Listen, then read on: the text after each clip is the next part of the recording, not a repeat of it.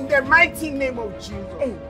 Beti akawa amelala hapo hapo. Mamake na Beti akaongea na Dala wampigie simu mchungaji. Mchungaji akawa amefika mita hii hapa. Akaomba sana na kuamuru katika jina la Yesu Kristo, toka pepo na kuamuru utoke. Akaomba sana mpaka mwisho wa siku Beti akawa ameamka hapa. Mchungaji Beti kaamka. Mara baada ya Beti kuamka hapa, wote wakawa wanasifu na kufurahi sana na kumshukuru Muumba wao. Beti ameshaamka. Mzigo unakwenda kwa jina la The Lost Soul. Mimi naitwa Piuga MC Mani Msefu. Hii ni sehemu ya pili. Kama hujaiona ya kwanza iko ndani ya page humu. Luka nayo mwanangu. Dakika kadhaa hizo hapo tunatupa mita hii hapa ya shule. Tunakutana na huyu Dogo Janja hapa. Huyu Dogo Janja anakwenda kwa jina la X kama nilivyokuambia hapo mwanzo. Beti anamkuta akiwa Dogo Janja anarusharusha mawe hapa. Akamwambia hivi, ukiwa unarusharusha mawe wisi kama utajisababishia kesi nyingine tena, ukambonda mtu kama kawaida yako nini. Lakini mshikaji akamuuliza Beti, najua wewe unajua namna gani kitu kimetokea pale mpaka Jackson akaparalyze. Mimi sikumgusa kabisa Jackson. Wewe unaweza ukawa unajua. Akamwambia mimi najua kwamba hujamgusa. Sasa nani atakuwa kampiga Jackson mpaka akaparalyze? Niambie Beti, ni wewe au? Beti akasema kwamba mimi sio mimi. Mbona mimi ni kwa mbali kabisa yani. Mimi sijamgusa. Lakini muda huo kengele ikawa imegonga mita hiyo hapo. Kisha mshikaji akamwambia Dogo Janja Beti kwamba kesi ile ishaisha, mimi nishaisolve. Akamwambia kwa sababu wewe ni wakishua, hebu acha mimi nende zangu darasani huko nikaendelea na shughuli za darasani. Wewe endelea kubaki hapo.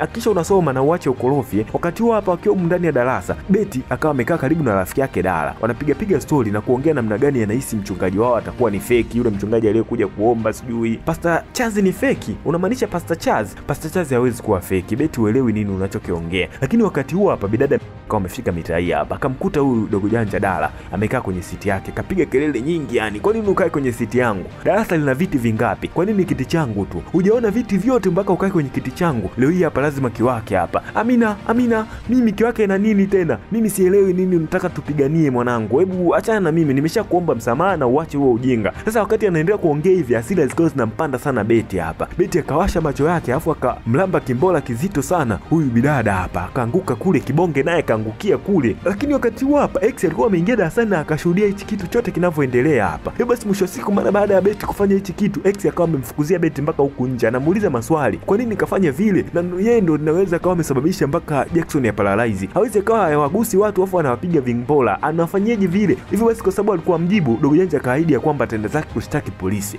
Utaenda kushtaki polisi. Hii kitu kampandisha mapepo. Maruone ikawa amempanda Dogo Janja Beti. Akawa amemkamata Dogo Janja na kuinua juu hivi anamtetemesha afu akamwambia kwamba kama utaingia tena kwenye anga zangu nitakupoteza, nitahakikisha na kuangamiza. Hakikisha unafuata mambo yako. Dogo Janja anainua kichwa kile kijielewi kabisa. Kisha mwisho siku akamchapa chini. Afu akili zikamrudi Beti mwenyewe. Beti hajielewi nini kafanya.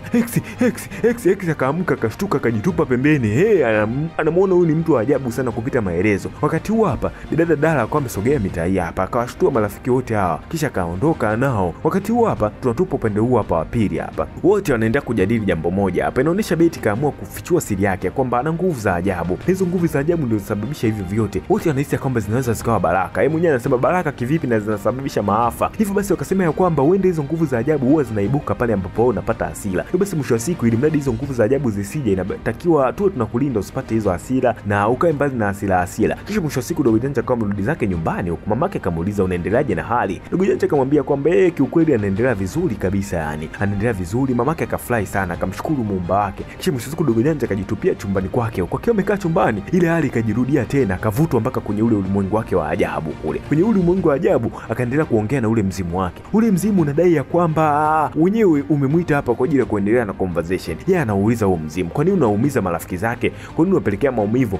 Ukadai ya kwamba utaendelea kuumiza hao ndugu zake mpaka pale ambapo yeye atakubali kumlipia kisasi. Kisasi gani tena hicho? Na kwa nini umeniingia mimi? Kusema kwamba nimekuingia wewe nilipie kisasi cha kifo changu. Inamaanisha huyu bidada aliuawa na watu na anahitaji kumpata mtu kwa ajili ya kumlipia kisasi. Na mtu huyo amtafuta Beti. Wakati huo hapo huu ulimwengu wa nje huko mamake na Beti kaja huko na furaha sana, lakini anamkuta Beti akiwa kwenye hali ya ajabu sana yani. Akiwa kwenye hii hali ya ajabu hapa, anaendelea kutetemeka, macho yanaendelea kutetekesika kupita maelezo. Mamake anashangaa tu. Kumbe Beti alinidanganya, hali yake bado ni mbaya. Huu mzimu unaendelea kusema kwamba sasa ukiendelea kunisumbua mimi nitaendelea kuwaumiza watu wako wa karibu sana yani. Hakikisha unakubali na kuingia kwenye hali ya kuhakikisha kwamba unalipa kisasi changu. Lakini wakati huo hapa huyu bidada hapa akamkamata roba, na huyu bidada huko upande huko kwenye nguvu ya ajabu Beti akaendelea kumlazimisha mzimu acha mmangu. Wakati huo mzimu umkamata roba mamake mpaka pale Beti ambapo yeye atakubali kulipa kisasi kwa ajili ya huyu bidada hapa. Mpaka mwisho wa siku bidada Beti akasema okay mwachie mamangu, nitafanya hivyo. Lakini mwisho wa siku upande huo hapa mamake na Beti akalia sana, yani Beti bado yuko kwenye hali mbaya. Beti ikabidi amuitie mamake daktari kwa ajili ya kumtibu shingo yake hapa kwa sababu alimminya sana roba yani. Kisha daktari akawa amemtibu. Daktari wakati hapo akiwa amemaliza kumtibu akawa anahisi labda babake na Beti amesharudi nyumbani na anampiga mamake na Beti. Akamwambia kama baba na Beti amerudi hapa anakupiga, hebu sema tukashtaki polisi huko. Haiwezi kawa na kupiga afu wewe umekaa kimya, atakuja akuue siku moja. Wakati hapa Beti yupo kwa mbali. Mamake na Beti ana wasiwasi kinoma, yani Beti amekuwa mtu wa ajabu, ana nguvu za ajabu, anafanya matendo ya ajabu, yani amefikia hatua ya kunikaba. Wakati huo mara baada ya daktari kuondoka hapa, mamake na Beti akamlaumu sana Beti. Kwa nini ulinidanganya? Uliniambia hali iko safi wakati hali ni mbaya. Akasema kwamba huwa inatokea tu, lakini kipindi nasema safi ilikuwa safi mamangu. Lakini mamake na Beti akasema okay, sasa kufikia hatua hii inabidi nimshirikishe babako na babako aje hapa nyumbani, kwa sababu Beti anajua hali ya babake na babake alivyo na roho mbaya, anaweza kumpiga mamake na mamake akawa anakesha tu hospitali kutibiwa kila siku. Akaamua amwambie mamake asije akamuita babake wala kumshirikisha kwenye hili jambo, kwa sababu kuna mabaya mengi yanaweza kumkuta yeye pamoja na mama yake. Hivyo basi mwisho wa siku akamshawishi mamake na kumwambia kwamba mambo yatakuwa sawa tu, kuna marafiki zangu wanajua na wanaweza kunitibia kwenye hii hali. Kisha mwisho wa siku leo hii hapa watatu hapa wakiwa wameketi kwenye hii sehemu hapa wanauangalia ule mti. Wakawa wanasema kwamba huu mti inawezekana ukawa na ushirikiano na hicho kitu ambacho uko nacho. Lakini wakati huo hapa kuna mwalimu akawa anapita kule Mr. Nicky. Lakini Mr. Nicky akiwa anapita akawa amevutwa na ule mti, akawa anasogelea ule mti akiwa kwenye hisia kali. Hatuelewi nini kimemvuta hapa. Ndio ile hali ambayo inavuta watu wote au yeye kavutwa kwa namna nyingine. Kisha wakati huo hapa Beti alivyomuona huyo mwalimu, hasira kali zikawa zimempanda, akawaambia wenzake, yani nilivyomuona huyo mwalimu napata hasira, yani akawa anamsogelea mwalimu kwa ajili ya kumlalua. Mwalimu anajiongelesha tu hapa lakini Beti amsikii.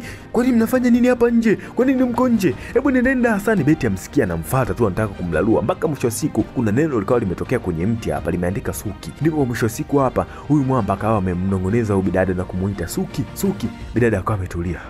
Kisha mwisho siku wote akagundua nini walichokuwa wanafanya, akaamua kukimbizao darasani huko. Baadaye kidogo baada ya kumaliza masomo watatu hapa wakiwa mitai hapa wanarudi zao nyumbani huko. Wanaendelea kupiga story hapa, wanaongelea namna gani mama yake anafurahia maisha yao, lakini anafurahia hali nzuri ya mtoto wake na namna gani mama yake anapenda mtoto wake awe kwenye hali nzuri. Wakaongea mengi sana hapa. Kisha Beti akamwambia marafiki zake anapenda namna gani wao wapo karibu na yeye na namna gani wao wanaendelea kumsaidia.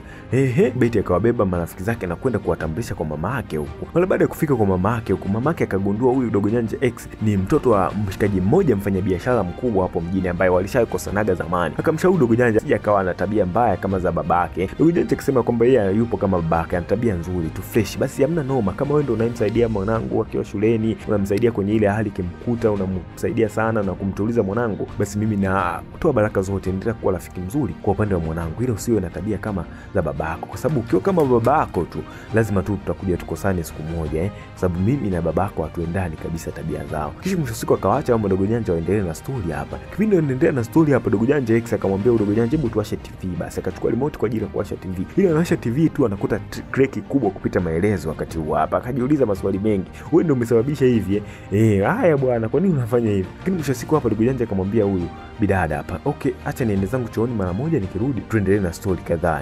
Alipoenda zake chooni huko akarudi hakumkuta Beti. Akajiuliza Beti kaenda wapi? Akamtafuta nyumba nzima lakini Beti hakuonekana wapi yupo. Akajiuliza sana Beti atakuwa wapi? Akatoka nje mpaka kwenda kwa kina Dala, ukakutana na Dala njiani. Dala, Beti yuko wapi? Najua atakuwa yupo kwenu. Akasema kwamba wewe ndio ulikuwa na Beti, mwenyewe sielewi Beti yuko wapi. Wakajiuliza sana, kisha mwisho wa siku wakahisi ya kwamba Beti anaweza kuwa amerudi kwenye ule mti wa Suki, ule mti ambao upo kule shuleni. Hivyo basi mwisho wa siku akaifunga safari moja kwa moja na kwenda mpaka shuleni kule. Huku shuleni tunakutana na Mwalimu Nicky hapa. Mwalimu Nicky anatoka hapa nje akiwa anajifunga zipu yake, afu anaita jina moja hapa. Kuna bidada inaonekana alikuwa anamlalua huko.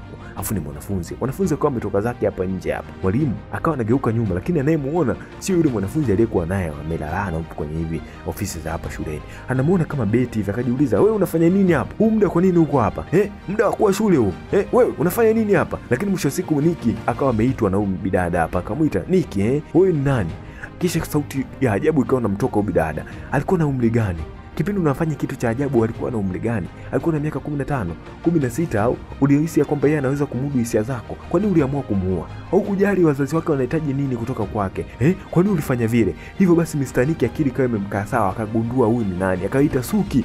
Ni wewe Suki? Suki, mimi sikuhusika. Wao ndo walinilazimisha. Suki akasema okay, umeshanikumbuka umenikumbuka. Kile mwisho siku akawa amemnyanyua juu sana Mr. Nick. Akawa amemnyanyua kwa nguvu za ajabu na anataka kumuua. Suki akadai ya kwamba anammaliza kabisa huyu Mr. Nick. Inaonekana Mr. Nick ndo alihusika na mauaji ya huyu bidada Suki ambaye ameamua kumuingia kwenye nafsi ya huyu bidada Betty kwa ajili ya kulipa kisasi. Hivyo kisasi kinaanzia kwa huyu mwamba hapa Mr. Nick, mwalimu wa hii shule hapa. Akamchapa chini hapa Mr. Nick na kumuua kabisa yani. Hakujali namna gani Mr. Nick aliomba msamaha. Kisha mwisho siku mara baada ya kumwangusha chini hapa akili kamrudi sawa. Hapa ndo Betty akili yake inarudi, sio Suki tena yani. Betty akawa anajiuliza kafanya nini tena. Kipindi anajiuliza rafiki zake nao wakawa wamefika mitai hapa. Wakawa wamemtuliza sana huyu bidada hapa. Okay, tuondoke hapa kabla ya ushahidi wote kujulikana sisi tumefanya hili jambo. Wakawa wamekimbia wakati huu hapa. Wote hawaelewi wamefanya nini. Wamemmaliza mwalimu wao Mr. Nick.